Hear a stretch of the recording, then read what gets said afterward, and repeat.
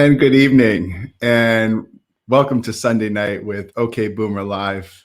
And I'm your host, Steve Ferreira. What an honor to be here in front of a worldwide audience. Greetings, Europe, India, Asia. Hey, Australia, New Zealand, Brazil, and all my friends in the United States. Wow, what a great week it's been, and I hope you've had a great weekend as you start to settle in for another fantastic work week. And as we blow past this stupid COVID, please, everyone is developing the best personas they can and moving the ball forward in both supply chain, logistics, social media, entrepreneurship, and all the sidebar aspects that I crave and covet. I think about my own life and reaching out and starting these shows I just turned 60. And to have the kind of outreach that I've had and all the practice in the last 6 months since COVID started, and having a worldwide LinkedIn audience has just been so fascinating to listen to you guys when I talk to you at my normal day job, which is CEO of Ocean Audit, and it always comes up about my LinkedIn presence. So I don't get a chance to often say this, but I want to say, obviously, thank you to LinkedIn for trusting me and believing in me to have such a differentiated, at least unique version or approach. I will admit that, I'm not for everyone, for sure. I definitely, sometimes I think I march to my own drummer, but it's the authenticity that is really coming out here loud and clear. And so before we get started tonight, I have some really, exciting news. I don't want to go over the top on announcing it because it's not. I would rather let the other company announce it.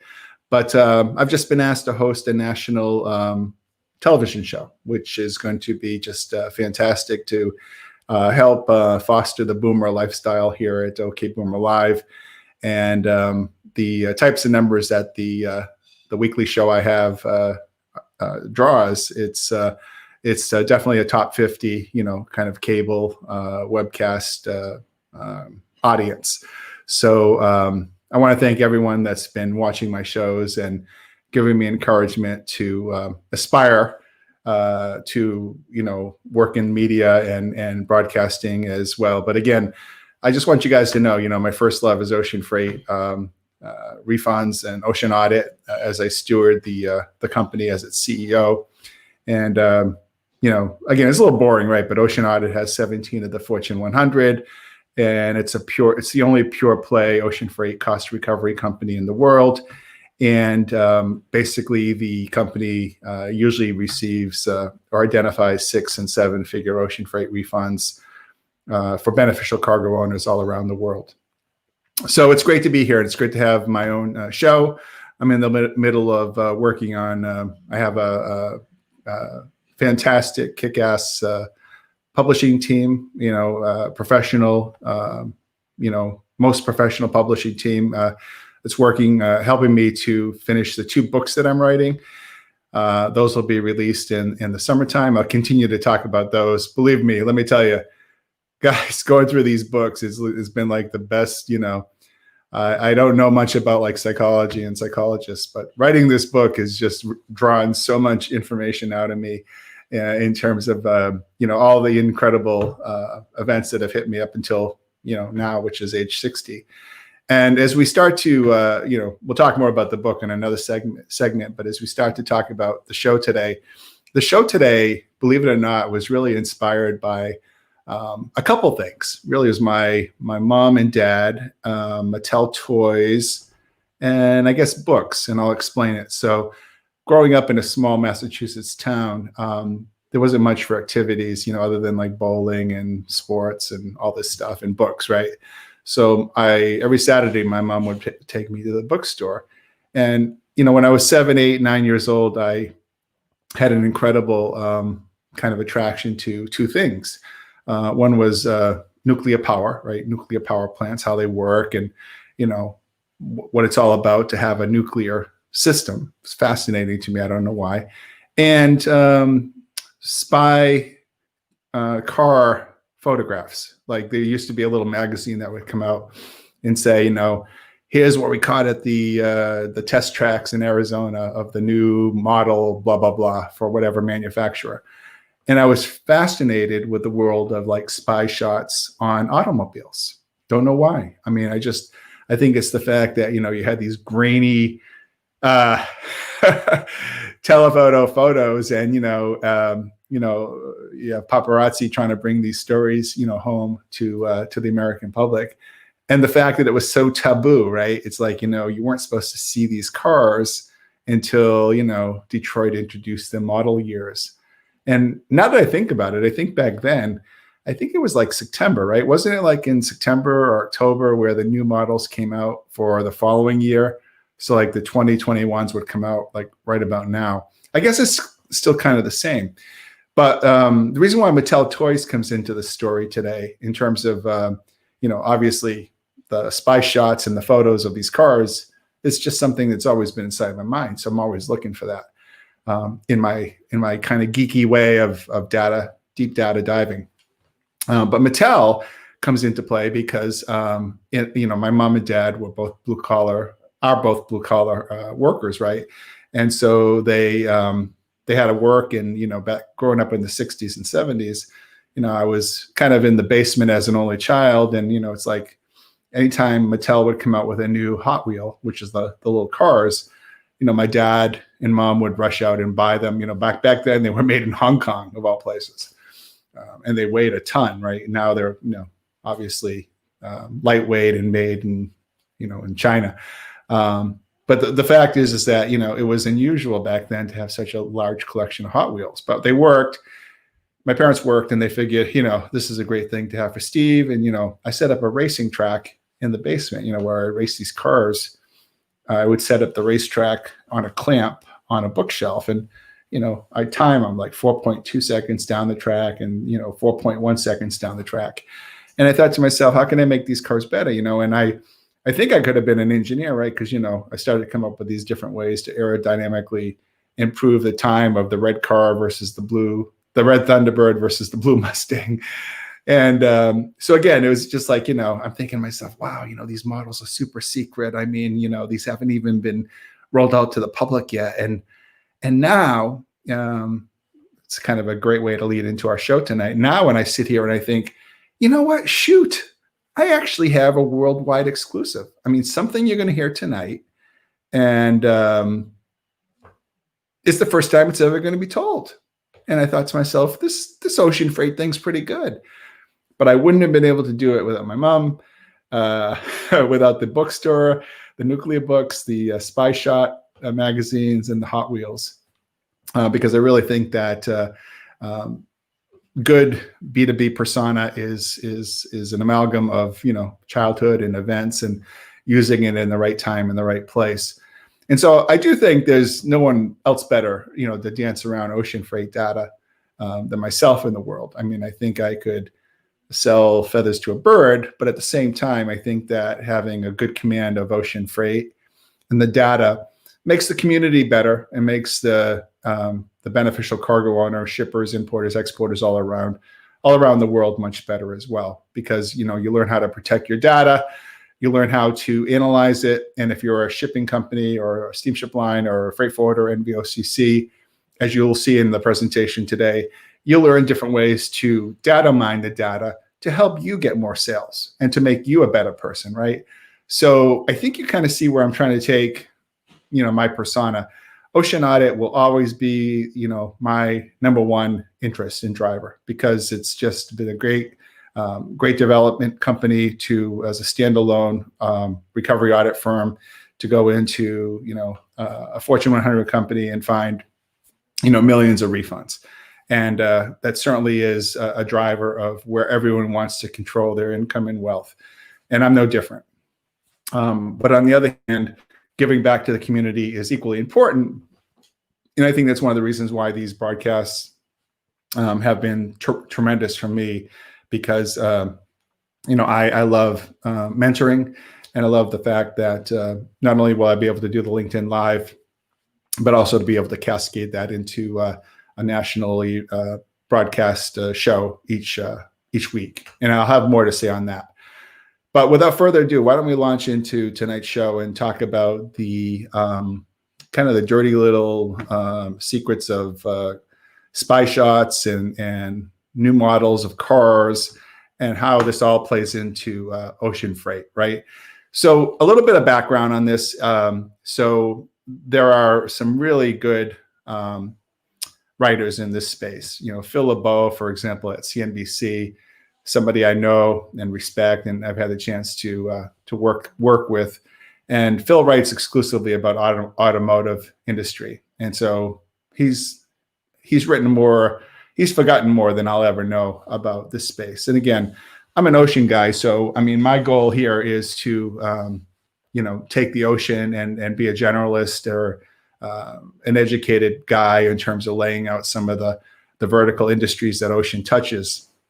But I think that the one thing that you want to see as a backdrop here is that there are still, those tiny little, I don't want to call them sleazy magazines, but they're spy oriented or automotive magazines that do spy shots, right? The whole idea is, I want you to see what, in this case, tonight's example, I'll disclose it, is Hyundai and Kia, right? The automotive companies.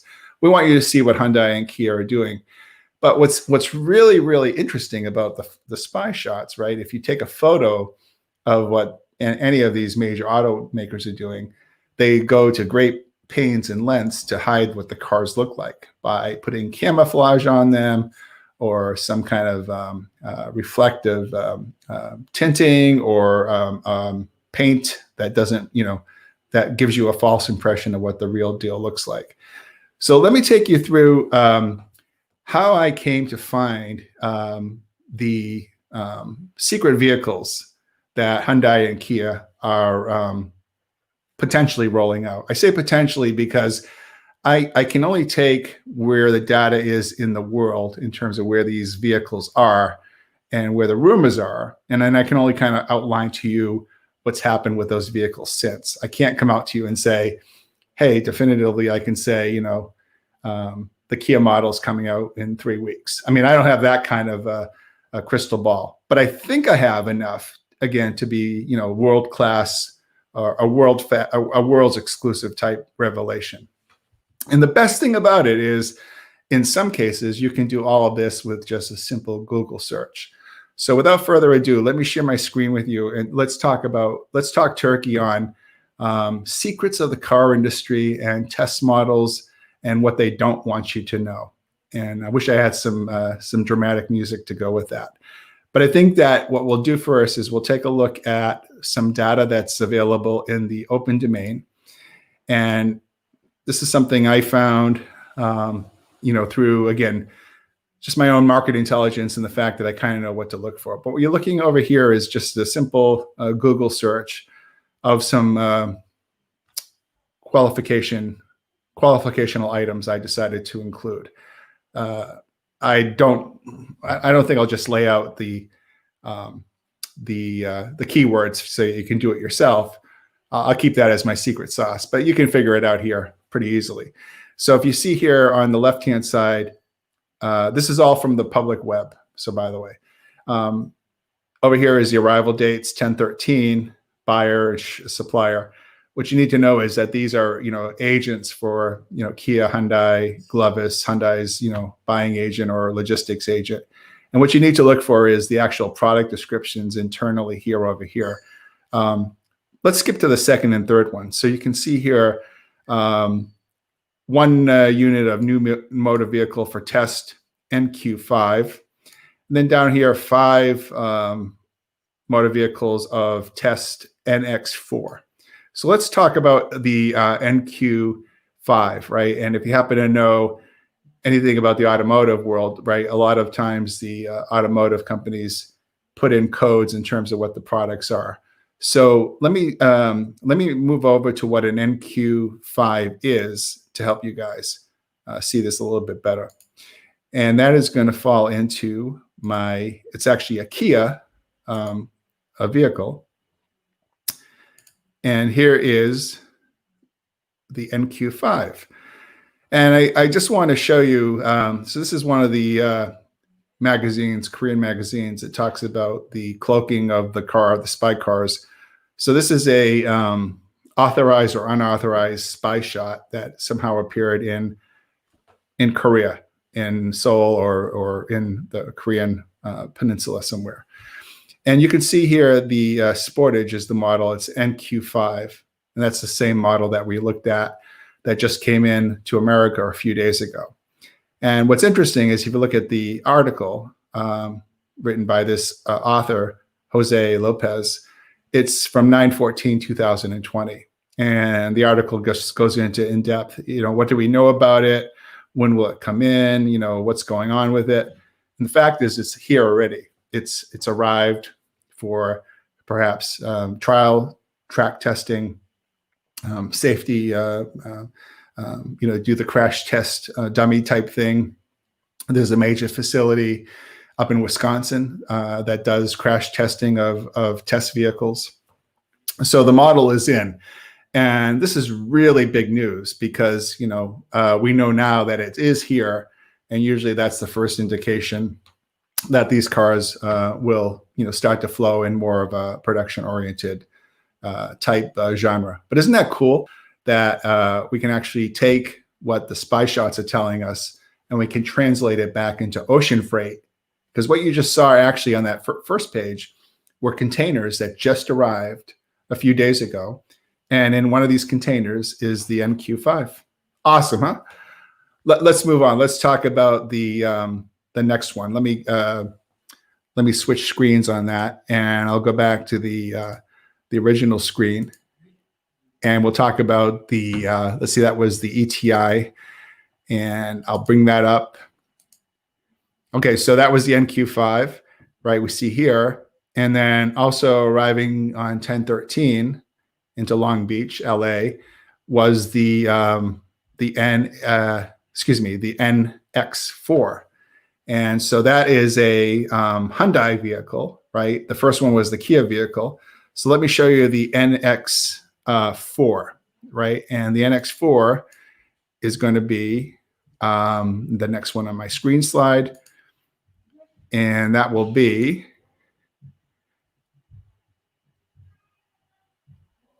yes, the Hyundai Tucson, I believe it is, the NX4.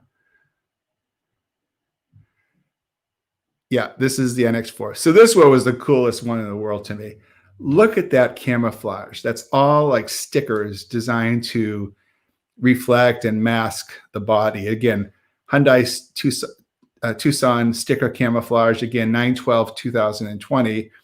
And it's a spy shot, right? Isn't that so cool? So we know now that that car, after all the speculation, is in the country, in the United States for testing. And I just want to see, they had a Tucson World Premiere press conference will be streamed online on September 15th. I mean, they're just announcing these things. And the fact that these are in, I mean, nobody picked this up. USA Today has some great auto writers. I don't think Phil LeBeau from CNBC picked this up. And so, I mean, this is really cutting edge stuff that we know that these products are in. So the other thing too that was really interesting with regards to this, I'm so excited about these spy shots. I just love looking at that. I almost want to have that as my screenshot. But let me stop the share on that one. And the next one I want to show is another model. Now this is another web shot, a web search that anyone could have done. And let me, I've got them kind of outlined in terms of on my teleprompter what to click on next. So here you have a simple screenshot of a web query on another test vehicle. And this one is called the CN N-Line. You can see it here, CN7 N-Line. And that's the new Hyundai Elantra.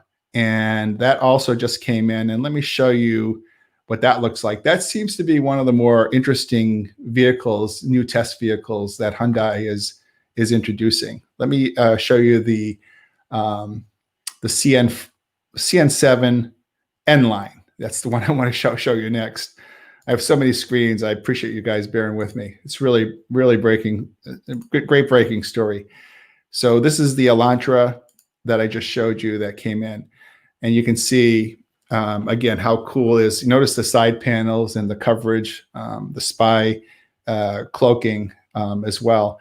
And this one is really let's see if this has a date. I don't see a date on this. Oh, actually, you know what? Look at that. Look at that, October 5th, 2020, right? They're speculating about it, and it's already in already. So, and 5 of them too. And that tells me that they're really, really going gangbusters on getting this one ready. So Hyundai Elantra is a new test vehicle that is also in the country, just arrived as well. So that is my breaking news on Hyundai. And let me let me close the loop on that by saying that I do seem like a kid in a candy store when it comes to these cars, but I do feel really compelled that of giving you a worldwide exclusive. Let me shift a little bit to as crazy as it sounds, Black Friday. You know, I get a lot of pros and cons, you know, about my following, my reporting on Black Friday. But I think it's of interest to you because, you know, we're starting to see obviously imports are heating up or have been heating up, and there's hardly any space out there on vessels. So let me stop sharing on this, and let me give you a little heads up on some interesting things that I'm seeing for Black Friday. And I think that here we go here. So what I wanted to show you is that I subscribe to a lot of different databases. This one happens to be S&P Panjiva. But I think one of the things that you can see here in not somewhat real time, but this happened last week or around October 2nd, you can see the goods shipped, right? You can see the description here, 10-pack Black Friday, 3-step compact stool, PO number, and Department 22, right? So you look at this as expediters, and the importer of record on this did a heck of a job to disguise and mask the shipments because, before we go a step further, who wants to have, for example, I don't know if this was, this is, one company, but if Lowe's, for example, has a competing product and they see this is coming in for Home Depot, Lowe's can say, wow, hey, we got to do something on these stools as well. And, so if they know, if Lowe's knows that Home Depot is doing something on these steps, then it gives Lowe's an incredible, advantage, right? Because this is almost like the equivalent of a spy shot of a car for Black Friday, right? The thing about it is the data is there, right? These companies have not done a good job compliance-wise to really hide their proprietary stuff. And, somebody says to me, Steve, well, it doesn't really matter. Everyone knows everything. I disagree. The example I just gave you that, if this was Home Depot and Lowe's knows that Home Depot is planning on a big Black Friday campaign, I think that they can do something about it as a marketing first move, to co-opt what their competitors might be doing. And so the funny thing about this is if you look at this data and, you're probably thinking like, well, what's this all about? Who is this, right? So if I take this commodity in this Department 22, I'm going to explain that now. So let me move over to the next screen and talk about this Black Friday step stool and opportunity here for someone like, as an example, if it was Home Depot, then Lowe's would look at it and say, well, it's really interesting. So let me share the screen and let me go to the fact that it was Home Depot. So last year, you can see this. This is from 2019, right over here, November 29th, 2019. This is the 3-step stool that you just saw coming in for Home Depot. So that is Home Depot. And where we give it away, where Home Depot gives it away, is that Department 22 is a category within Home Depot's SKU system. So even though Home Depot had cloaked or privatized the data, the fact that they had so much descriptive information basically makes it act like the data was, in the public domain as Home Depot. So you can see here, this is a very successful Black Friday commodity for Home Depot. You can see they ran it again last year, and they'll be running it again this year. So, I mean, you can see here, this is one of our favorite Home Depot Black Friday deals. So, I mean, if you're sitting there and you're Lowe's or Amazon or Target, it's like, okay, well, you know, let's strike that one on the list. You know, we know Home Depot is going to definitely be featuring this ladder, right? So, you know, what can we do as a company to enhance our sales, right? Good for Home Depot. This seems to be a great moving product. But you have marketing data that is not being used by the community.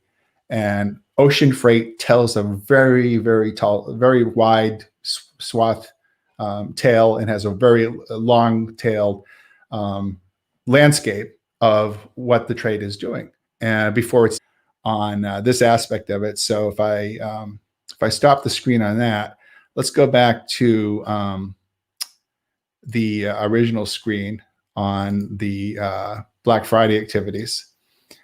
And that was here. And now take a look at this one. This is actually pretty fun. I've heard a lot about this, but I actually didn't even know what it was until I researched this. Target Stores also does a pretty good job in terms of trying to hide or disguise the data from the general public. But you can see here, they had a product come in, Target. They kind of use a DCP, department class item number, but it's fairly easy to see a lot of the Black Friday because just they actually go ahead and clause it as Black Friday, and it gets picked up in the global shipping manifest. But they have something called Exploding Kitten 2020. I'll tell you something. I really needed to find out what this was. So Target will be featuring the game, the Exploding Kitten, and I'll take a look at that. That is just pretty wild. I know. I think I read something about that in the media, but I just wanted to share with you what that looked like. And so this is one of the products that Target will feature for Black Friday. Evidently, it's a card game. Don't ask me anymore, but it's all in detail of what's coming in. And again, this great information for people like Wall Street and merchandisers and, you know, Adweek, and, you know, there's a million people that could benefit from the type of information we're putting out here on OK Boom Alive.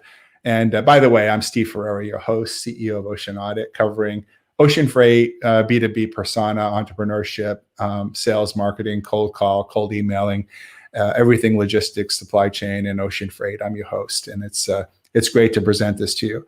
So just kind of in closing, I have one more, I think, really interesting opportunity to talk about, and I'm going to kind of reach out to both my shipper friends and my steamship line and NVOCC friends.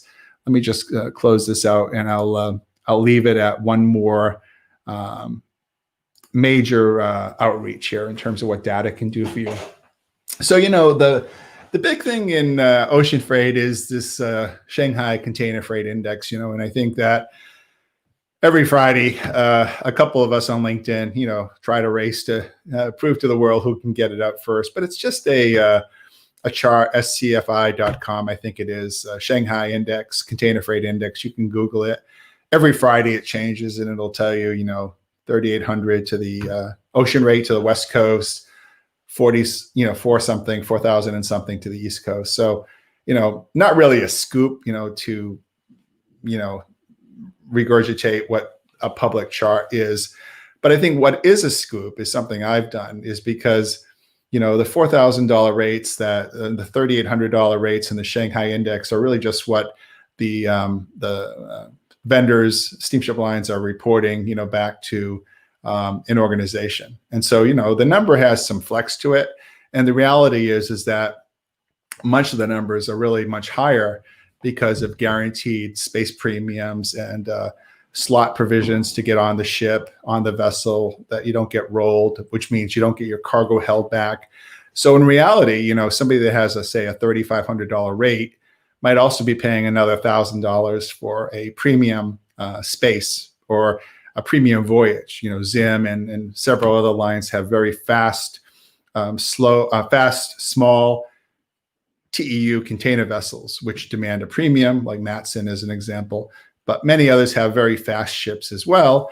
And some of these demand premiums to get on the ship, right? And so the thing that I wanted to talk about is that, so people ask me all the time, sales is so tough in ocean freight because it's so tough. If you're a steamship line rep or an NVOCC, how do you navigate it, right? I mean, pardon the pun, navigate.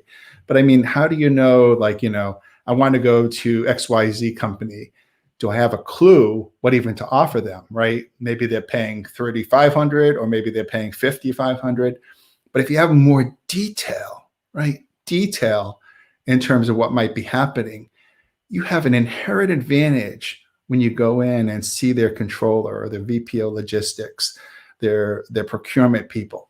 By knowing what's going on in the background, it ups your game, and you now have some advantages to either sell against your competitor, which is also out in the public, and you also have something to pull out from your toolkit that can perhaps offset the strategic information that I'm going to tell you about right now. And so the strategic information I'm going to share with you now is that there's a predictive tool. Strike that. Predictive is the wrong way. I use predictive algorithms in finding refunds for clients. But what I'm suggesting to you is that the data already contains information on who's paying premiums. Yes, this has never been disclosed before. And to be quite candid, as I go through and look at the vast ocean full of data that's out there on imports and exports, I'm constantly finding new things that even retest my own knowledge of the global line of trade. So here we go. Without further ado, I would like to introduce you to, I kind of consider it a blockbuster. If you're an ocean freight purist and in sales and ocean freight vendor, NVOCC, you'll find this really interesting. If you're an importer or exporter, you'll find it interesting too, for a different reason. But let's go off into the data and show you. Now, what's even better is what I'm going to show you now is completely public information. It's just mind-boggling how backwards, in some ways, the ocean freight community is. I mean, when I audit clients' invoices, I'm basically looking at something that is from the 80s or 90s in terms of the invoice algorithms or the invoice control. And it's like shooting fish in a barrel whenever I go into a client, because now I'm down to the fact that it only takes 10 minutes to find $1 million refund. I mean, can you imagine 10 minutes to find $1 million refund? It's like finding a new lottery ticket every couple of weeks.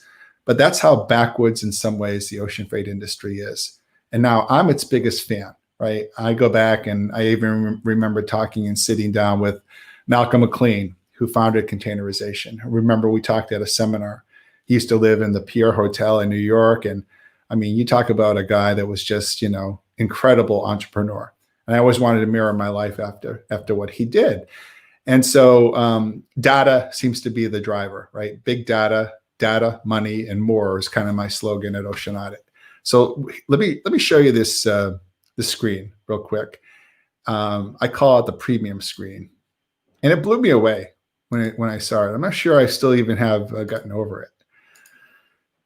So this is a publicly accessible page through Google, right? I didn't do anything special. And this is all volumes. You can see here, ignore everything right now, just focus on where my mouse is. 8/11/2020, July 22nd, 2020.